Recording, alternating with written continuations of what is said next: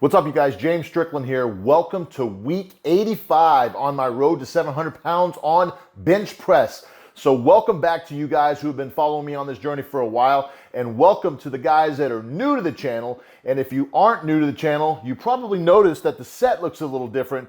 That's because I have a brand new Go Strong equipment rack behind me. And if you stay tuned to the end of the video, I'm going to show you around the whole rack and show you everything that I got from these guys. But if you don't know it already, Go Strong is a sponsor of mine. They've been a sponsor of mine for a little bit. They're sending me all my workout equipment for my home gym. They're equipping everything. It is literally the best equipment around. It is second to none. The quality is just top notch. I'm going to go ahead and put up their information on the screen and follow them on Instagram. Check the website out. Tim and his team over there at Go Strong will take care of you. I promise you that. They're taking care of me. They take care of a lot of us athletes, and we really do appreciate it. But thanks, Go Strong, for believing in me and being one of my sponsors. But on to the video. So you guys, this is week 85. You guys have been following me along. You know that I had a couple of weeks where I had a pec strain and then I had another pec strain, and it was just like, what the hell's going on? And that is just the ups and downs, the ebb and flow of training. And I always want to bring the truth to you guys and what's going on and why I'm doing certain things, how I'm operating, what I'm thinking about, how I do my injury protocols, things like that. And I tell you right now, if you guys watched last week, you knew that the 620 moved really, really good. The 620 was a pec strain, and then kind of we had to take a deload. And so this week, you're going to be really, really excited when I show you, but I'm not going to tell you yet. So let's dive right on into the recap, and I will walk you guys through what's going on with my training and what happened this week. If you guys haven't already, go ahead and hit that subscribe button, turn notifications on so you can get my weekly recaps leading up to a 700-pound raw bench press. Not only do I want to be one of a few that has done that type of weight, I would love to be the lightest man to ever do it. And honestly, when I do it, I'll be 40 years old. So I'll be one of the old cats doing it. So what in the world, watching this old geezer doing 700 pounds on bench press, what else do you want to see? Anyways, let's jump right on into this week's recap. All right, so I am doing my day one heavy bench. I am at Legacy Barbell. This is in Spring, Texas. It's a little bit north of Houston. Showing my last couple warm-ups here. This is 315. Moving like it's a feather. It feels really, really good. I came off of a couple weeks with pec strain, and so I took a deload, injury deload last week, and just wanted to be very, very careful. So I'm going through my my warm-ups very methodically, making sure that the pec is not going to flare up. I can't tell you that I'm not nervous about this, but as you can see, my grip is holding up. My pec is holding up. I'm getting a solid lift off here. Justin Dubs, he is a great friend of mine. You've seen him probably lifting off for me at some of my meets. He's right here in the Houston area. He also does training, so you guys are looking for a coach. If I'm not available, hit him up. Here we go. This is 555, and I actually had no idea that was 555. I thought it was 585.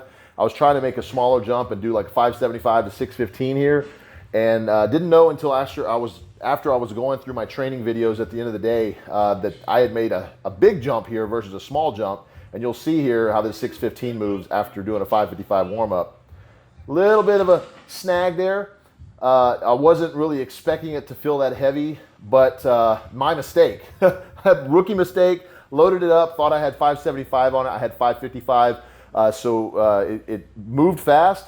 But the jump from 575 to 615 is not that big, but definitely 20-pound jump difference, being 60 pounds going from 555 to 615. So we're going to go up here and add a few pounds just to see how we are feeling here. I obviously strained my pec with 620, didn't even get the rep 2 weeks ago, a little bit over almost 3 weeks ago. And obviously 615 is not bothering it. So we're going to go up here and see how this feels. Get a solid lift off. I got the safety pins here versus two side spotters just for my well-being. Hitting the solid. Hit a little sticking point there. I'm going to talk about that here in just a little bit. But that is actually fine with me. I'm okay with that. I'm not nervous about that at all going forward. Some of you guys who probably do your own training would worry about that. I can assure you, as I'm doing my speed reps here, this is 540. 3 sets of 2. You'll see that I'm actually working on speed through that sticking point. Now, I don't have to be working the sticking point with maximal weight. The speed is going to kill that sticking point. Now, I'm working up here with some bands, 315. This is really working that sticking point. And that was more of a warm-up just to get ready for this 405. This is my main set here, 60 pounds of band tension. Really just working on firing out of the hole. Those bands kick in right at that sticking point and add a 60-pound increase almost immediately. This is a 495 for a single here, and really you can expose that sticking point right there. This right here alone will make that 615 speed turn into what probably will be 640, maybe 650 next week. Just watch. That's just how that stuff works. So working on some pecs here. Obviously the pec is fully healed. Don't want to push it too far, but I'm really just working on making sure the pecs are healthy. I'm getting some good flow here. This is working up to a pretty heavy set here. You'll see in a minute. My warm up there, and here we go. This is a PR for me. This is not something I'm trying to go super crazy heavy on, but it does really mean a lot that I'm able to get 100 pounds in each hand and really work those pecs. I'm not working on super wide range of motion, and there's a reason for that. I am purposely keeping this into the power range of motion. I do not have a wide grip bench. Doing a super wide grip on this will do absolutely nothing for my bench. It can build the pecs, yes, but it will not translate to my specific bench because I'm not a wide grip bencher. So moving on, I'm gonna go ahead and this pre-fatigued the pecs. This is not super heavy. This is actually, I'm using the whole machine weight. I think it's 150, and just really working on getting a good burn. And this is where I'm getting some really wide fiber work. And this is actually gonna finish out the pecs very thoroughly. This is what I use to really work that bottom end of the bench. I don't seem to be having a problem with the bottom end, but I don't want it to be a problem, so I'm definitely working on it. Working on here, my neutral grip lat pull downs. Thinking I'm gonna switch this up to a more wider grip just because I really wanna engage the lats just a little bit more. But this is perfect. Working the back, multiple angles is very necessary for a big bench. Big, strong back equals to a big bench, or at least the foundation of it. 95 pounds here, set to 12. Triceps are pretty fried from the close grip bench, the speed bench close, and obviously the band press just absolutely fries the triceps. But I wanted to get some direct tricep work here. It's not taking a whole hell of a lot of weight comparative to what I'm used to doing on a machine like this. So working on that 95 pounds there.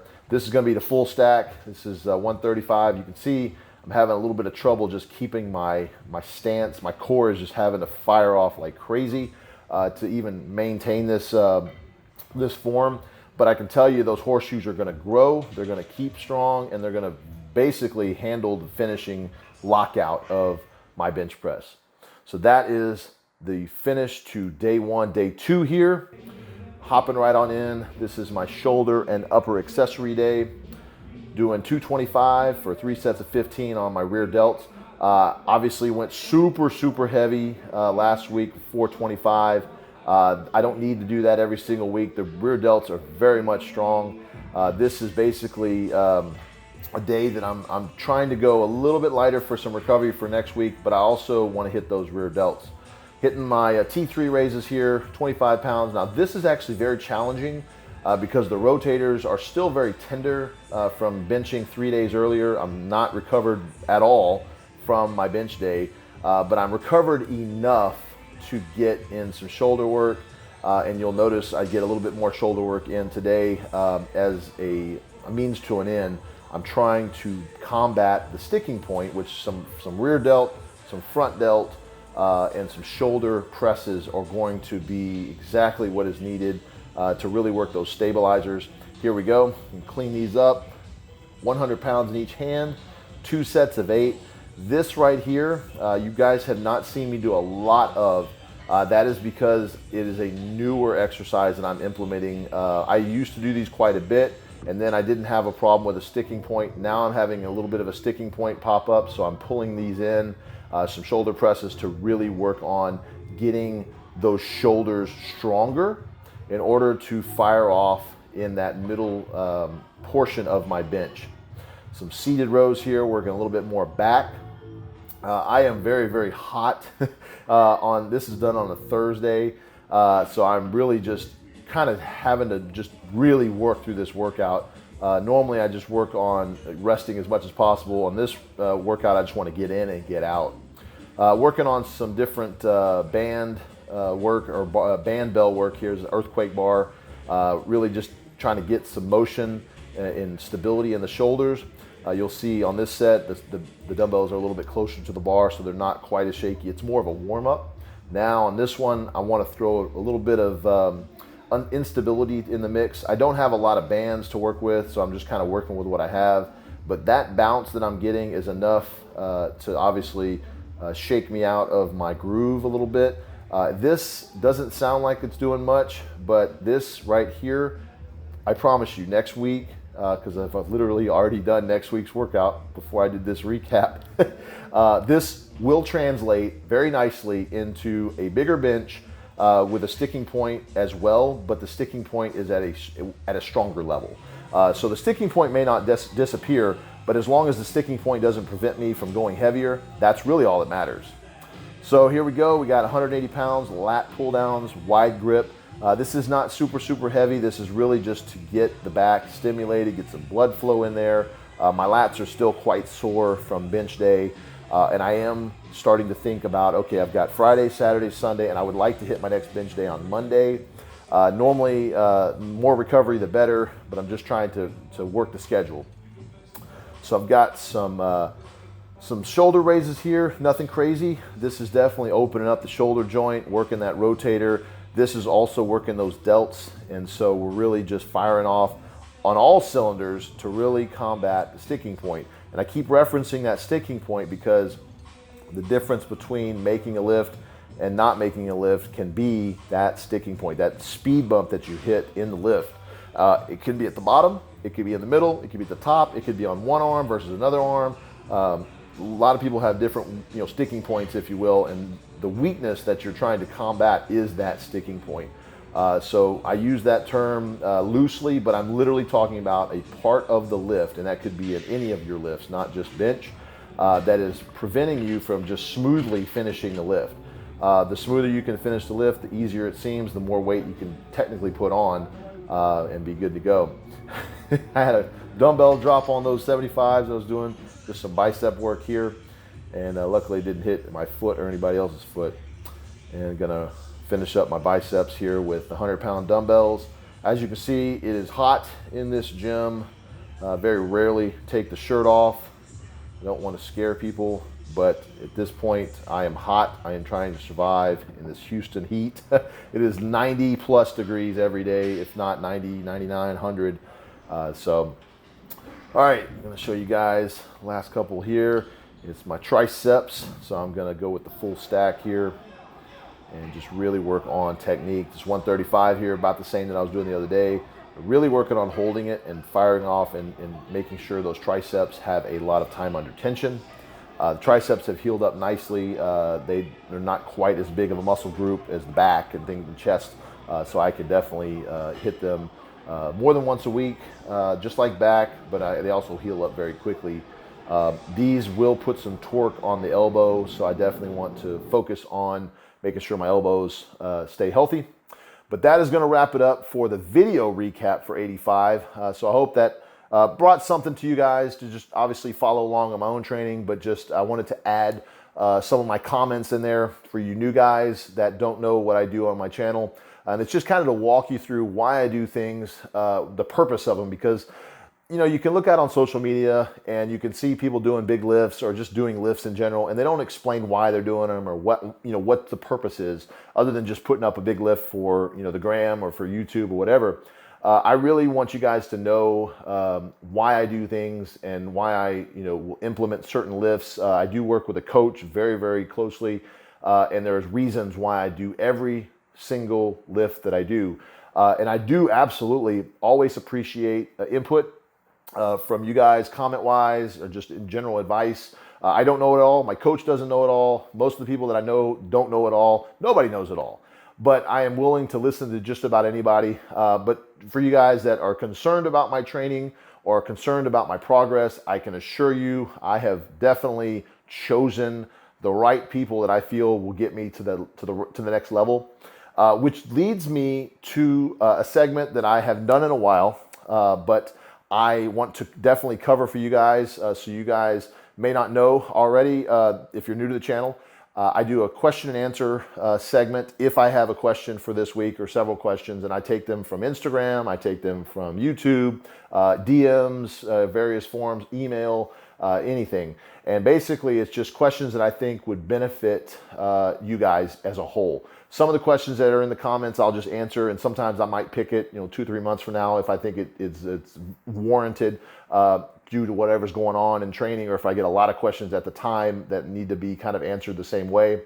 But one that I definitely will hit right on the head, because I feel that you guys will benefit from this quite a bit, because it is kind of a widely asked question, not just to me, but to other various lifters of the elite status, of basic gym goer status, whatever you want to call it. So I'm just going to jump right on into this Q&A. It is a lengthy one, so I'm going to go ahead and read it. I'm not going to put it on the screen, but it is something I think is definitely warranted, and I don't think that this question was asked in a negative way. And even if it was, I think I'm going to take the positive out of it and just kind of give it to you guys and present it to you guys. So this one is from Sissy Turds on YouTube, right here on YouTube. It was actually posted on my 620 for 2 pec strain, which was literally last week, 82 and 83, or 83 and 84 recap. And so it's kind of lengthy, so I'm going to skip right through it a little bit. But basically he says, I've been watching your videos for 3 to 4 years off and on, and I want to just check in on you. However, I'm concerned about your progress. Over 2 years ago, you were very close to a 702 bench on the bar at lockout, and scrolling through your recent 6 months, I'm seeing you bomb with 665 and 680 pounds. And the 600 for 2, and I'm guessing was the recent 600 for 2, looked at your limit. Assuming Spoto did 600 for 6 at his prime with a 722 bench, in order for you to hit a confident 700 pounds, I would assume that you would need to hit 600 or 685 at least for 4 reps. It seems you're stuck and not improving. I know you want to keep your head in the game, keep your head up, but if anything, you've gotten weaker on benching. Have you thought about taking 4 weeks off, giving your muscles a rest, a reset, or a slightly different program a try? At this point, it's worth a try. I can tell you, you're going healthy about it. You're not out of breath and look like you're about to die from a heart attack, like Thor when he broke 500 kilograms. Then immediately he lost 45 pounds and his breathing got 1/3 better. What he was loading up on or whatever, with a death wish of calories, and see some other benchers like Julius adding 50 to 70 pounds to a bench in a year. But I know it in the back of your mind, the things are doing to get there is the things they are doing to get there is very unhealthy. Because if you notice, as soon as they get the record or the goal, boom, they go off a heavy cycle, and 40 pounds body weight disappears. So mad respect on you for staying healthy, but you may need to go crazy for about 10 weeks, load up on TRT, eat until you puke, and add a bunch of body weight and go all out. Peak and hit that 700 pounds, and as soon as you hit the 700 pounds, go back to your normal training as you do now. All right, so sorry that was a little bit lengthy, but I figured I would read it kind of word for word, just because I want you guys to understand, because I know a lot of you guys have this question. I don't take it in a bad way at all. Some people will take a stab at it because, hey, I've been doing this for 85 weeks. And to a lot of people that are untrained or maybe you're impatient, 85 weeks is too long to do anything. Nobody wants to do anything for 85 weeks. Well, I'm going to take this the way I'm going to take the 85 week impatient part of it, just like And I know that wasn't necessarily part of the question here, but 85 weeks is not that long. For a 700-pound raw bench, 85 weeks is nothing. And literally 85 weeks is not a true 85 weeks. If you guys go back and really look at my training, I have literally stopped and started training cycles about 6 times in that 85-week period. So the 85 weeks covers the cycle off, which is where I'm doing hypertrophy, and I'm basically doing lower weight, high reps to build up for the next 16 weeks or whatever. So if you really look at it, I have attempted over 700 pounds twice in 85 weeks. The reason is because, and if you go back, and this is not verbatim because I don't remember it all the time, but the first time I attempted 702, I did it twice at the same meet. That was my best, 672, where I got it. I did not attempt 700 again until the meet that's coming up just now, as long as everything goes well. I have gone in and opened up at 640, and the 677 didn't go quite what I wanted. It was basically a stricter federation. The pause was a lot longer, not saying any excuses, but there was no way that I was going to attempt 700 at that meet, and so we just ended it at that. There has been some times where I was leading up to a meet, and I needed to finish the meet before a certain time frame because I needed to train for full power. And that last time I hit 665 in training about this time last year. The 675 the next week, I did not give myself enough rest, and that was a learning experience. I shut that meet down as soon as the 675 and 680 back-to-back just didn't happen.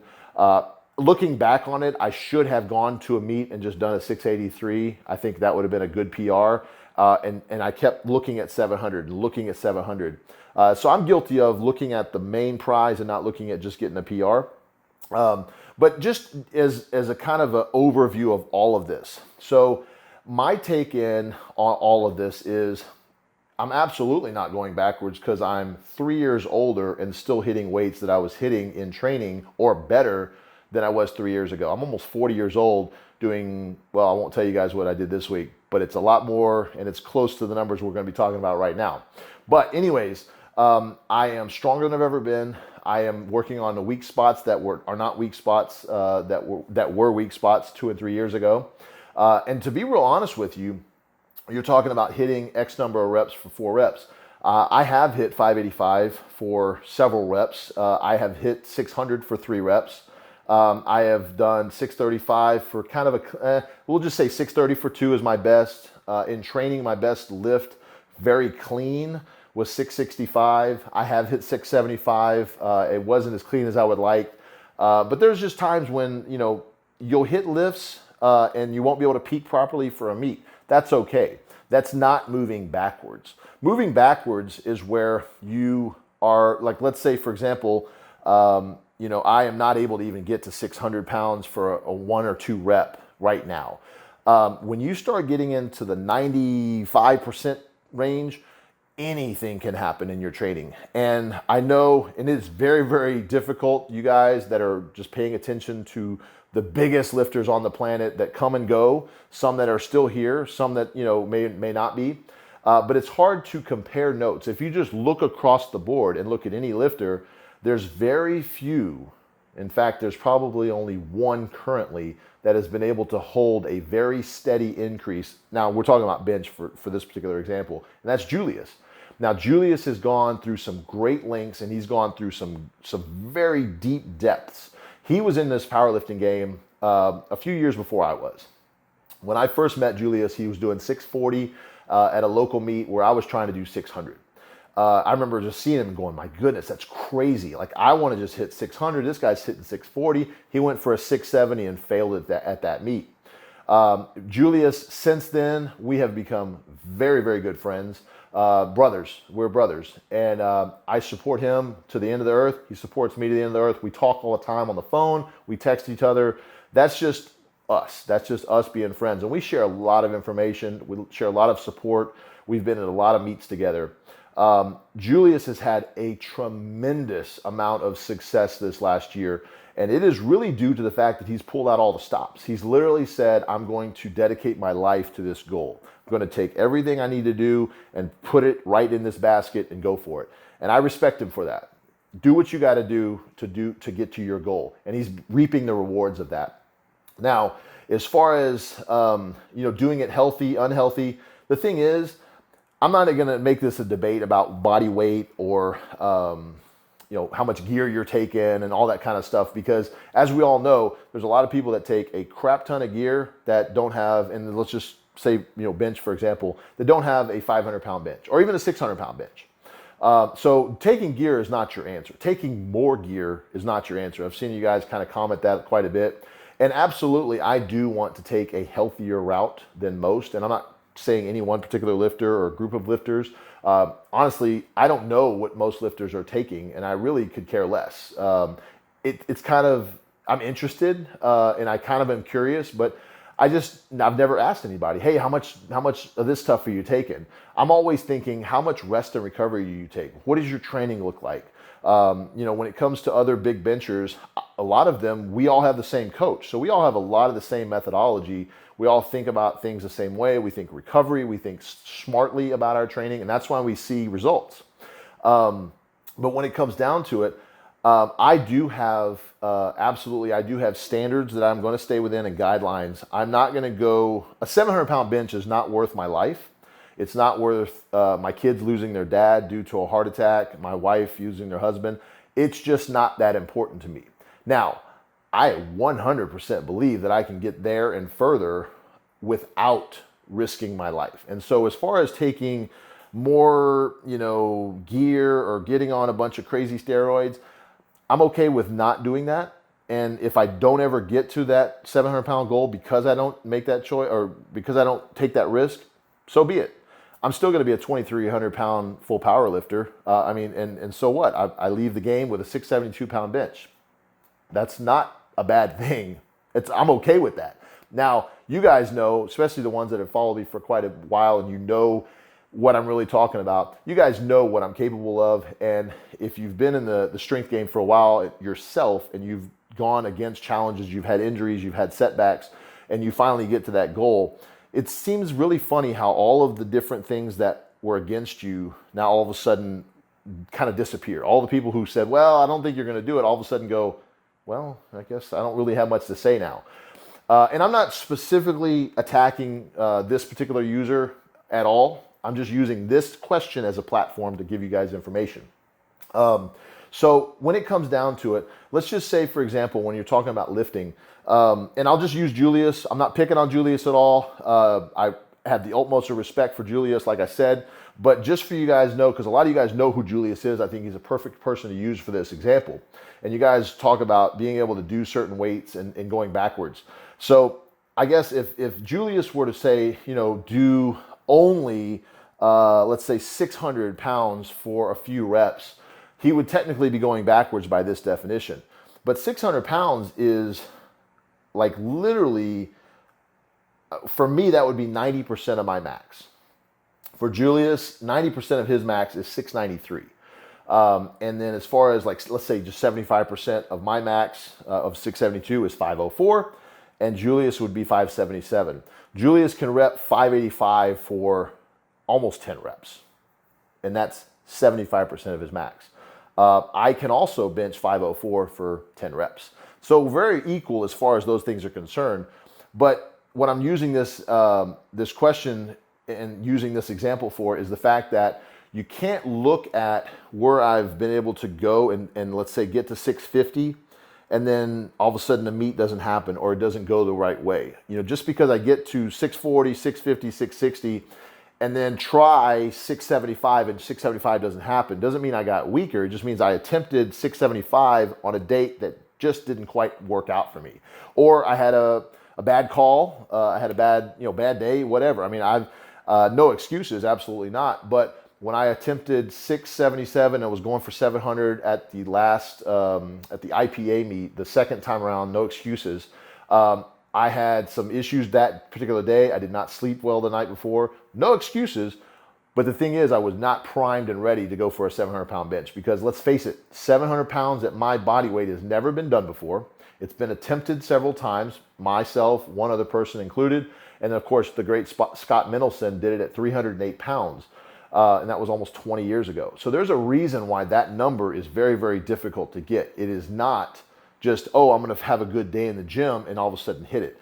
You have to literally lead up to your training and almost have a perfect training cycle and have a perfect day at the meet in order to get it. If anything is missing, you're going to have to make it up somewhere else, or else that day is not going to happen for you unless it's pure luck. So with that said, I'm going to wrap this whole question up. The journey, I keep saying this to you guys, the journey is where it's at. Your character, who you are, is not built on your accomplishment. It's built, how did you get to that accomplishment? How did you get from point A to point B? If you walk through the door and I don't know who the hell you are, and you're from some Romanian, and I'm not picking on Romania, but just some country that, you know, nobody knows anybody from, and again, not picking on Romania, but you come in and you just lay down and do a 700-pound bench. Well, there's something very, very special about you. You're unique to the rest of the world. There's not a lot of people like you, probably nobody like you on the planet.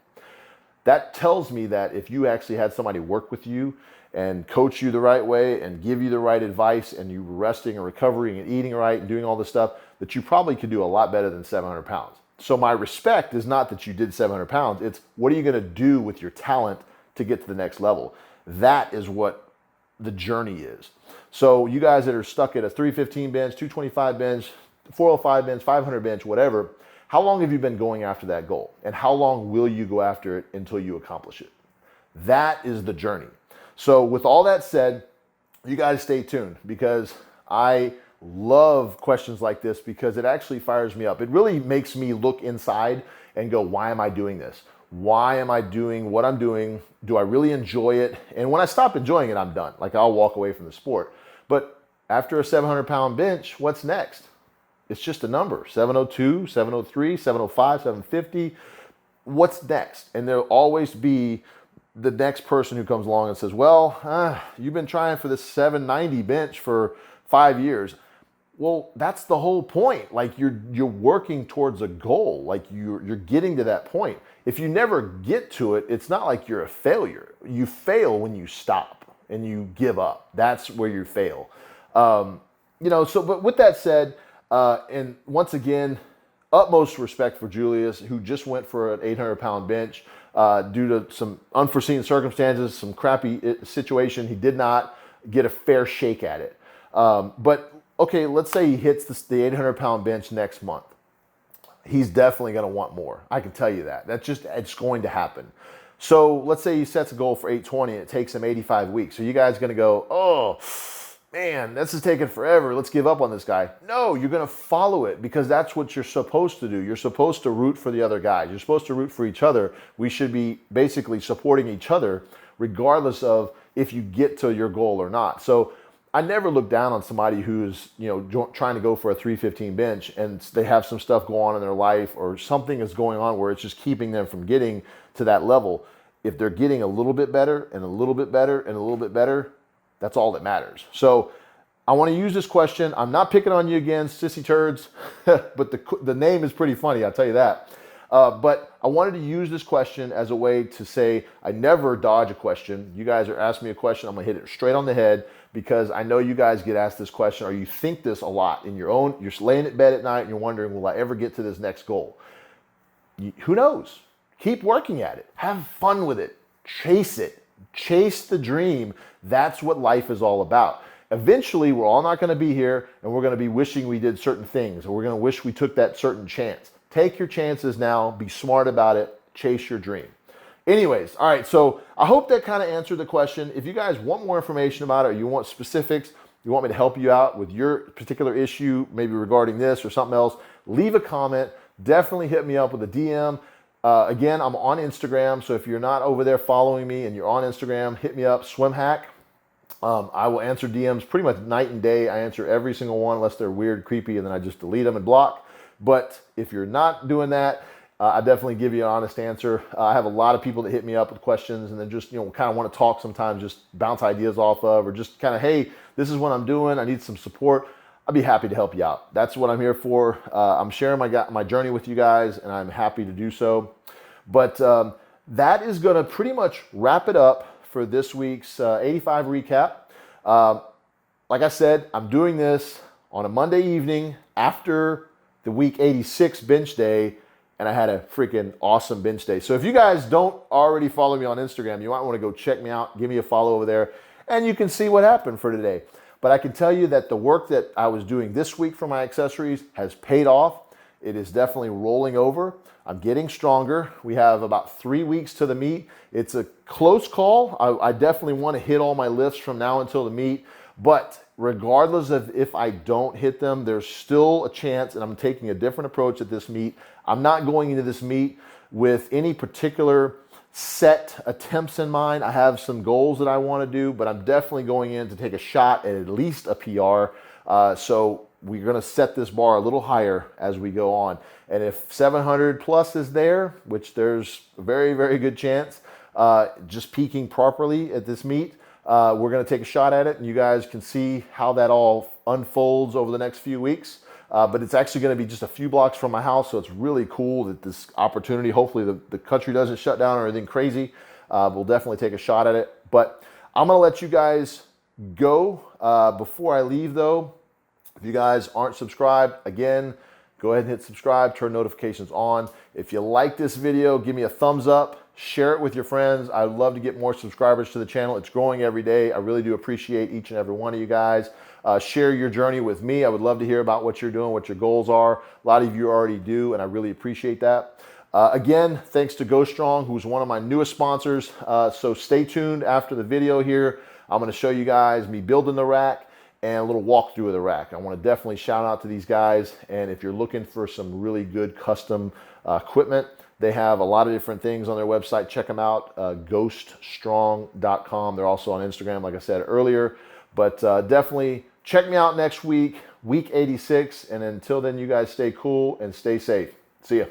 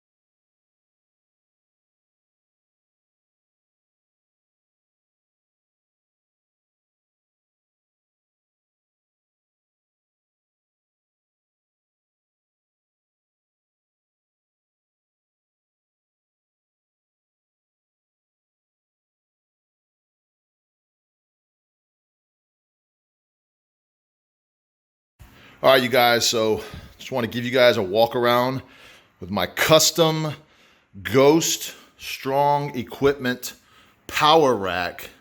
This thing is unreal. Look at the quality on this thing. Look at this. That is so badass. Yes. Yes. I got a dip bar here. You know how I like my weighted dips? Yes, that does say swim hack. Look at that. That's an adjustable bench. I got a custom bench press coming in that'll show you guys here in a few weeks. Just showing you guys around. Yes. Look at the quality. Look at this. Look at this paint. I'm talking attention to detail. Look at these welds. My God. Look at another Ghost logo. I got the J hooks. Look at these J hooks right here. Yes. white and this custom blue metallic. Anyways, you guys, if you guys are looking for a custom rack, I'm telling you, second to none. Go Strong Equipment. Got everything you need.